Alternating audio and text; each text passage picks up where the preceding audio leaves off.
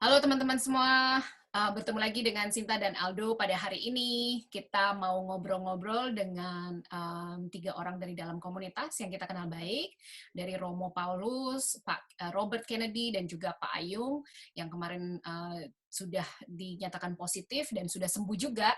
Jadi kita akan segera mulai ngobrol-ngobrol hari ini bersama dengan Pak Aldo juga. Mungkin kita langsung aja ya Pak Aldo dengan pertanyaan-pertanyaan kita hari ini. Ya, saya, sangat beruntung sekali bisa ngobrol-ngobrol.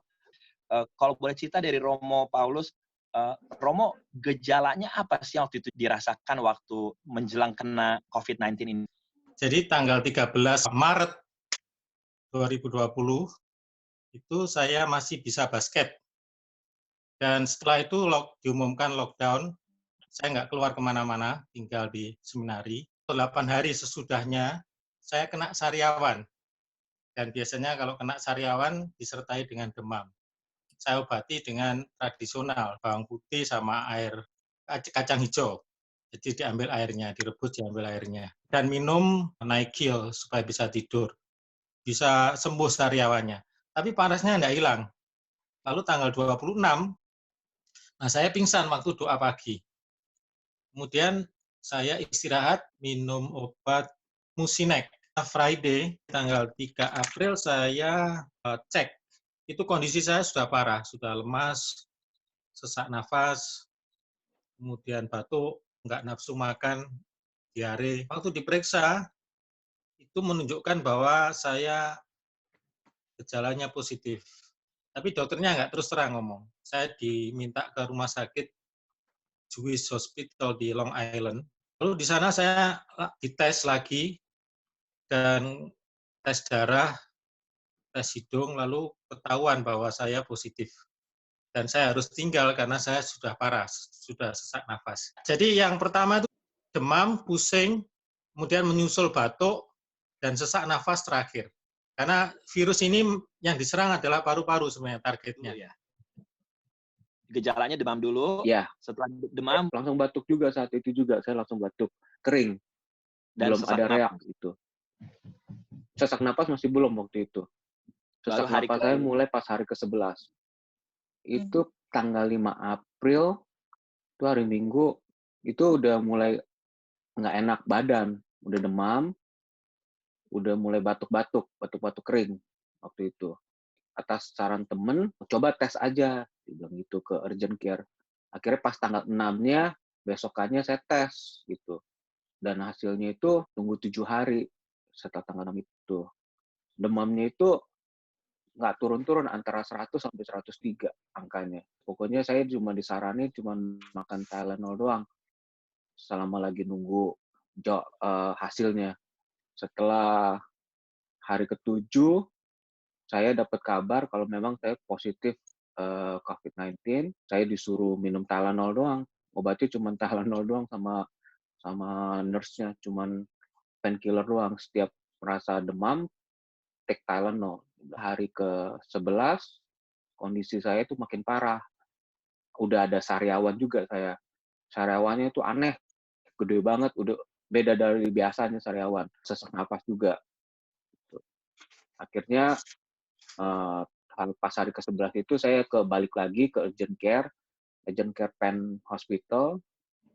Saya balik lagi ke mereka, akhirnya saya bilang kondisi saya itu makin parah, udah ada mulai sesak napas. Akhirnya di-scan lung saya, akhirnya dokternya bilang, kamu tuh nggak boleh pulang. Dia bilang gitu, bisa lebih parah lagi, kamu bisa mati, dibilang gitu dokternya. Akhirnya saya disuggest ke Penn Hospital yang di 8 sama Spruce, yang lebih besar lagi. Nah, di situ begitu saya masuk, saya langsung diinfus, langsung dikasih semua obat lewat infus itu. Darah saya diambil, begitu saya di-scan ulang lagi lung saya. Prosesnya itu berjam-jam gitu, udah nggak sebentar saya nunggu hasilnya itu. Puji Tuhan, saat itu juga, malam itu juga, dokter kasih kabar baik kalau darah saya masih normal. Begitu saya dites pakai alat, saya harus jalan, tes pernapasan, dan dibilang oksigen dalam darah saya juga masih dalam batas normal. Begitu lung saya memang infection, dibilang. Tapi wajar untuk orang yang terkena COVID-19 ini. Malam itu juga saya disuruh pulang, saya cuma dikasih obat antibiotik sama noise saya. Soalnya saya sempat mual-mual, nggak nafsu makan juga. Kan sempat hilang juga penciuman, lidah saya juga udah nggak bisa ngerasa apa-apa, jadi setiap makanan tuh sama buat saya waktu itu. Hari ke-13 itu udah lumayan better. Setelah dari rumah sakit, demam itu mulai berkurang. Sampai saat ini udah hari ke-21 buat saya, ya udah demam udah nggak ada, batuk-batuk memang masih ada, tapi kata dokter sih takes time kalau batuk itu. Kalau selama 72 jam nggak ada panas, tanpa minum Tylenol, simptomnya juga udah mulai berkurang, ya I'm good. Tetap keluar kamar, kemanapun harus tetap pakai masker. Oke, Pak Aldo.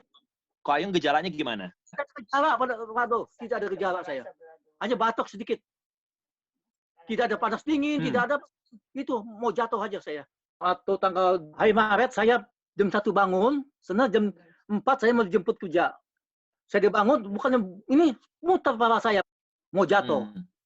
Di kamar mandi mau jatuh saya. Saya pas Kito, saya bilang saya nggak bisa kerja kalau gitu. Saya berat muter. Terus tanggal 2-nya diajak ke dokter ke ujian care ya. Ya. Di bot itu. Ya. Di ujian care, pas dia bilang marah dokternya, kenapa dibawa kemari kayak gitu. Langsung sono dibawa ke Jefferson. Metodis. Oh, Metodis. Ya. Dibawa sebuah sana. Terus langsung emergency, wah langsung alat semua banyak pasang semua badan saya. Terus itu udah selesai, ya saya selesai dibawa ke dalam. Ke dalam besokannya dokter datang, dibawa ke ICU, dicek, dia bilang katanya saya kena virus, saya bingung. Padahal saya vertigo, kurang darah saya rendah semua Pak Aldo, rendah 60-90. Waduh, udah habis di sana, udah nggak tahu, udah jarum di perut, di leher, di tangan, semua udah ada kali 12 jarum semua masuk. Saya udah nggak siapa apa-apa, saya udah lemes. Cuman setelah 3 harinya saya nangis, Pak Aldo. Saya tahu saya bakal meninggal. Terus saya lihat istri saya, anak saya, semua ngumpul, bicara di luar. Saya nangis, ya Tuhan, tolong kasih saya bonus Tuhan. Saya masih bayi hidup. Kalau Tuhan kasih saya bonus, saya akan meninggikan nama-Mu Tuhan Yesus. Saya percaya akan Kau Tuhan. Siangnya saya bangun Pak Aldo. Saya minta makan, saya lapar. Saya makan, dokter angkat jempol sama saya. Semuanya. Gejalanya berarti beda-beda ya gejalanya dari tiap orang. Nggak sama. Saya nggak ada apa-apa. Pas nggak panas badan saya, nggak dingin, nggak. Saya sehat. Cuman itu nggak kuat, mau jatuh aja. Mau jatuh, pusing kepala. Romo, mungkin 2 hal. Romo waktu menjalani perawatan, ada perawatan di rumah sakit dan juga balik ke seminari. Ceritakan aja waktu perawatan sebaiknya bagaimana yang biasanya dilakukan oleh Romo dan juga mungkin disarankan oleh para dokter dan suster, gimana? Saya mengalami perawatan di rumah sakit itu 4 hari. Selama di rumah sakit, perawatan yang saya terima terutama oksigen, karena saya sudah kesulitan bernafas. Lalu juga menurunkan panas saya, karena demam tidak turun-turun selama 2 minggu. Jadi di atas 100 rata-rata, 103, 100 berapa. Nah, dan itu berhasil selama 4 hari. Demam saya turun, lalu saya hari keempat dites nggak pakai selang itu oksigen, masih bisa. Jadi saya diminta menjalani perawatan di rumah. Kita tahu New York parah, mungkin kamar saya diperlukan. Selama di sana juga diobati tiap pagi, diinjeksi, dikasih chloroquine 1 tiap pagi. Waktu mau pulang diberi 3. Saya yang protes sama dokternya, kok cuma 3 dok? Iya, soalnya ini obat keras. Nah, kalau saya sakit lagi gimana ya, panggil 911. Waduh, saya sempat, ini kok jawabannya gini. Ya pokoknya kalau sudah mau mati ya panggil 911. Saya terima aja. Saya bersyukur bahwa panas saya turun dan bisa bernafas tanpa bantuan oksigen. Lalu saya pulang, saya punya satu kamar. Dalam satu kamar kecil itu ada kamar mandinya. Jadi ini enak. Kalau di rumah sakit, kamar mandi di luar. Jadi saya mesti merotoli kabel-kabel, selang-selang di tubuh saya supaya bisa kamar mandi. Dan itu saya sendiri. Perawat-perawatnya agak lain memperlakukan orang yang kena COVID-19. Mereka juga takut ketularan. Saya lihat 2 hari yang lalu di TV, orang yang merawat saya itu meninggal. Saya ngeri. Wah, ini yang merawat saya ini. Wah. Anak muda, laki-laki, meninggal. Fotonya persis saya ingat yang rawat saya. Di rumah sakit Jewish Hospital itu. Memang mereka juga takut. Mereka juga cemas ketika merawat saya. Makanya kalau ke kamar saya yang bersihkan kamar saya sendiri. Selama 4 hari itu juga saya nggak mandi karena nggak ada kamar mandi. Nah, saya di rumah senang. Langsung mandi, keramas, ganti baju. Kemudian saya melihat bahwa saya tidak bisa bergantung pada obat, karena obatnya 2 hari sudah habis. Saya membaca bahwa sebenarnya yang utama itu adalah kekebalan tubuh kita. Bahwa kekebalan diambil dari makanan, diambil dari psikologis, jadi semangat hidup, optimisme, dan juga dukungan moral dari orang-orang yang di sekitar kita. Lalu sukacita juga, karena sebagai orang beriman, apalagi saya seorang Romo, tentu doa, hidup doa. Saya tiap hari ya berdoa, lalu juga didoakan oleh banyak orang. Yang kedua, ya saya juga menerima komuni, ya sore jam 6 ada misa. Harus merasa dicintai, ya. Dan saya merasakan itu. Bukti bahwa mereka mencintai, ya mereka kirim makanan tiap hari, lalu kirim vitamin, kirim alat-alat kesehatan. Ibu-ibu yang Katolik di New York ini mulai mengorganisir. Tiap makanan saya menjadi lebih mewah waktu sakit. Soto babat, sop buntut, Waduh, ya asik banget nih, Romo. belut. Ya saya nggak peduli asam urat, yang penting saya survive. Berat badan saya sudah naik 4 kilo sekarang, setelah kehilangan 9 kilo. Berikutnya untuk bergembira. Saya terkurung di kamar ya.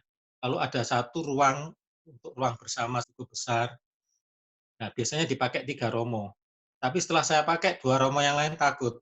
Jadi ya saya pakai sendiri. Nah, ruang itu yang saya gunakan untuk nari-nari, nyanyi, ya olahraga, senam, dan saya gembira. Lalu saya posting gitu. Ya, jadi tujuannya ya sebenarnya saya memberi kesaksian bahwa dalam isolasi ekspresikan apa yang kamu sukai. Saya menulis. Ya pagi saya menulis renungan, kemudian dancing. Saya nggak bisa dance, tapi waktu sakit malah bisa. Karena ya itu membuat saya gembira ya. Dancing itu kan tidak hanya tarian tubuh, tapi tarian jiwa. Jadi jiwa yang diekspresikan dengan gerakan. Jadi saya setelah dancing itu keringetan, lalu gembira.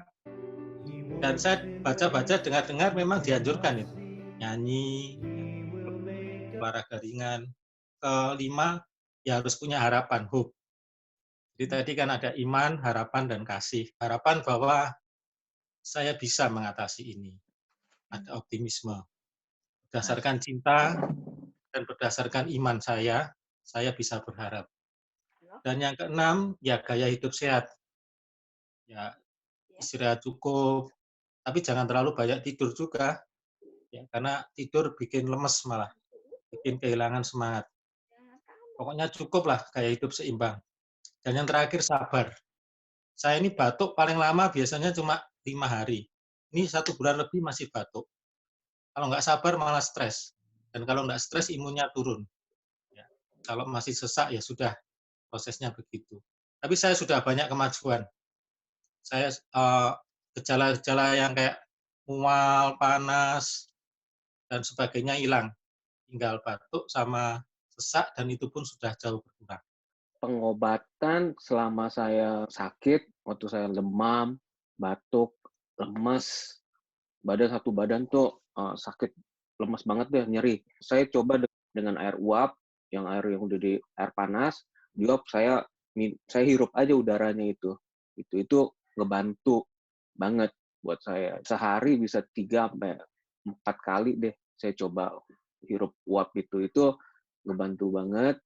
Tetap minum vitamin sama makan buah-buahan, sayur-sayuran. Benar kata Romo, hati yang gembira adalah obat. Saya mencoba membuat hati saya itu selalu gembira. Itu saya juga minta dukungan doa sama teman-teman, sama komunitas saya. Mereka tiap hari tuh nanyain kabar saya gimana. Mereka tetap kirim dukungan doa. Itu yang paling penting. Ada dukungan doa dari teman-teman, dari keluarga. Setiap hari mereka nanya update saya gimana kabarnya. Itu yang membuat saya semangat. Yang penting tuh ada semangat untuk hidup gitu. Hati saya juga gembira, puji-pujian di kamar, dengar-dengar firman Tuhan. Ya itu yang membuat saya tuh maksudnya lebih baik lagi. Itu pas hari ke-13, ke-14 udah jauh lebih enak. Setelah demam udah mulai turun, tanpa harus minum Tylenol. Untuk teman-teman belum ada sakit apa-apa ya tetap cuci tangan, pakai masker kalau keluar. Soalnya kita nggak tahu di luar itu kayak gimana. Waktu saya kemarin di emergency, banyak banget orang-orang tuh yang model saya gitu, yang udah positif, mereka harus pulang. Dan kita nggak tahu mereka pergi kemana, mereka langsung pulang kah? Atau mereka mesti kemana, ke shopping center yang dapat mild symptom. Jangan pernah anggap, oh ini temen, dia sehat, pasti nggak apa-apa. Saya dapetnya itu juga dari teman yang saya anggap itu he's fine, nggak ada apa-apa gitu. Saya kan kerja di restoran gitu. Jadi setiap ada customer saya pakai masker. Tapi setiap nggak ada customer saya lepas masker saya. Nah itu pada saya lepas masker saya pikir teman-teman kerja oke, ya di situ saya kena gitu. Jadi jangan pernah anggap orang-orang yang dekat sama kita mereka fine gitu. Kalau bisa selama keluar dari rumah tetap pakai masker. Selain uap, kamu ngapain aja supaya waktu sesak napas itu ngapain aja? Saya minum air panas, teh, lemon, soalnya kan saya sakit tenggorokan juga. Lemon, teh setiap hari. Vitamin C sama zinc untuk jaga imun kita untuk lebih baik lagi. Robert, waktu di ER pakai ventilator nggak atau menurunkan demam aja? Belum sempat pakai ventilator. Puji Tuhan, karena kondisi lung saya sama darah saya masih normal. Tapi memang napas saya waktu itu untuk jalan-jalan aja itu udah susah banget, udah sesek gitu. Tapi dokternya bilang oksigen dalam darah saya itu masih normal gitu. Jadi makanya saya bisa langsung dipulangin saat itu juga. Ya, karena saya udah tekuk air mama. Kaki saya diikat dua-duanya, Pak Aldo. Kaki saya diikat. Saya dengar suara istri saya, anak saya ngumpul depan. Saya nggak, tadi mau bangun, mau keluar, nggak bisa bangun. Nggak bisa bangun. Jadi 3 hari di ICU, saya dibangunkan oleh Tuhan, dan saya dipindahkan ke ruangan lain. Di ruangan biasa, dan tidak dikasih obat, tidak kasih apa-apa. Nggak kasih obat. Sampai pulang tanggal 12 April, nggak kasih obat, nggak kasih apa-apa. Waduh. Wow. Saya di sini, ya saya sendiri lah minum air garam, segala macam, vitamin, semua buah-buahan, saya makanin semua. Puji Tuhan, sampai sekarang saya udah pulih kembali, Pak Aldo. Iya. Tidak kasih obat, Pak Aldo. Senang nggak kasih obat. Saya tanya, nggak pakai kasih obat? Tidak ada obatnya. Oh. Itu di mana? Perawatannya di mana waktu itu, Ko Ayung? Jefferson. Oh, di Jefferson. Udah disambungkan ke ventilator atau ke infus atau gimana pada saat itu? Udah lepas semuanya, hanya oksigen di hidung. Oke. Ya, hanya itu aja satu. Yang lain nggak ada. Cuma tiap pagi diambil air kencing, darah diambil, semua diambil semua sama dia. Jadi sewaktu pulang tuh malah nggak dikasih obat apapun ya? Tidak kasih obat pun apa-apa. Nggak kasih. Sampai detik ini nggak ada. Ko Ayung, jadi selain Ko Ayung makan buah-buahan, Ko Ayung makan semuanya, apa hal lain yang Ko Ayung lakukan sampai bisa melewati masa-masa kritis? Saya minum air panas saja, Pak Aldo. Minum air panas, dan saya tiap pagi kemur air garam, dan bisa minum air garamnya sedikit. Dan malam pun begitu. Dan minum teh sama lemon, saya minum terus. Istri saya ini rajin sekali, dirawat saya betul-betul sungguh-sungguh. sehingga saya sembuh total. Saya masih ada batuk sedikit-sedikit, masih ada lah. Gimana mungkin kalau dengan Pak Ayung sendiri ada ini juga bantuan dari teman-teman dalam komunitas atau Ya, mungkin teman-teman semuanya dukung doa saya. Dukung doa saya. Puji Tuhan. Puji Tuhan semuanya. Ya, bagus Terima ya. kasih, teman-teman. Ya. Oke. Ada nggak pesan untuk teman-teman? Mungkin masih ada yang menganggap enteng, atau mungkin masih ada yang masih ketakutan dengan pengalaman ini. Ada nggak pesan dari Ko Ayung untuk teman-teman kita? Kalau tahu takut ya jangan, tahu berani ya jangan. Kita harus waspada juga, tetap waspada. Ya, virus ini berbahaya. Tapi kalau kita yang bantu di tangan Tuhan, mungkin nggak tahu dah bagaimana. Semua tangan Tuhan, Sinta. Ya. Semua tangan Tuhan, iya. Gimana kalau Pak Robert, gimana? Ada pesannya nggak buat teman-teman kita? Buat yang belum kena, kalau bisa jangan, karena bisa ngerasain gak enak banget, harus lebih ekstra hati-hati aja kalau keluar. Pakai masker, glove, jangan deket-deket deh sama orang gitu.